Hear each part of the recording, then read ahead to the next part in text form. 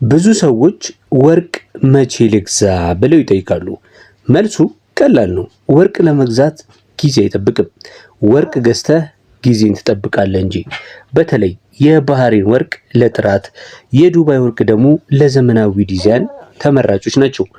አሁን ባለው አዝማሚያ ዋጋው ወደ ታች የመውረድ እድሉ ጠባብ ስለሆነ መግዛት ለምትፈልጉ አሁን ወርቃማው ሰዓት ሊሆን ይችላል። እንደምታውቁት ከሆነ ወርቅ ዝምተኛ ነው ይባላል። ግን ዛሬ የዓለም ኢኮኖሚ ሲናወጥ ከማንም በላይ ጮክ ብሎ እየተናገረ ያለው ወርቅ ራሱ ነው። የኪስ ደህንነት፣ የቤተሰብ ዋስትና እንዲሁም የነገ ተስፋ በዚህ ቢጫ ወርቅ ላይ ተንጠልጥሏል። በተለይ በመካከለኛው ምስራቅ የወርቅ ገበያ የዱባይ፣ የሳውዲ፣ የባህሬን ወርቅ ዛሬ የት ደርሷል የሚለውን አስመለክታችኋለሁ። መግዛት ወይስ መሸጥ ነው የምትፈልጉት? የትኛው ያዋጣል ለሚለውም እስከ መጨረሻው አብራችሁን ቆዩ፣ መልሱን ታገኙታላችሁ። የ24 ካራት፣ የ21 ካራት እንዲሁም የ18 ካራት ዛሬ ፌብራሪ 20 2026 ዓ.ም በስንት እየተሸጠ ይገኛል የሚለውን መረጃ አስመለክታችኋለሁ። ሰላም ቤተሰቦቻችን፣ ሰላም ሳልላችሁ ነው የጀመርኩት።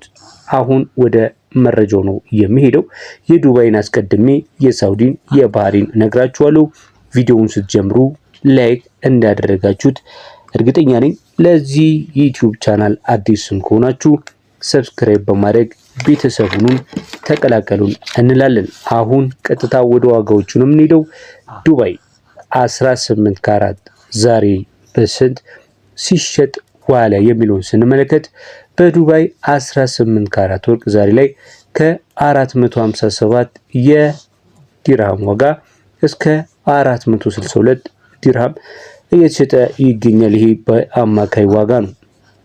በአማካይ ያስቀመጥኩበት ዋጋ ምናልባት ዱባይ ላይ የተለያየ ከተማ የምትኖሩ ከሆናችሁ ያው ከከተማ ከተማ እንዲሁም ደግሞ ከወርቅ ሞሎች ልዩነት ስላለው ነው። ከ457 እስከ 462 ዲርሃም ይገኛል ብዬ በአማካይ የነገርኳችሁ ማለት ነው። ነገር ግን እንደነገርኳችሁ ካራትን ብቻ አይተን ደግሞ ዋጋ ማውጣት አንችልም። ካራትም አይተን ዋጋ ማውጣት የማንችለው ብዙ ጊዜ ወርቅ ተመሳሳይ ሆኖ ነገር ግን የተለያየ ካራት ኖሮት ነገር ግን የተለያየ ዲዛይን ስላለው ማለት ነው እና እንደነገር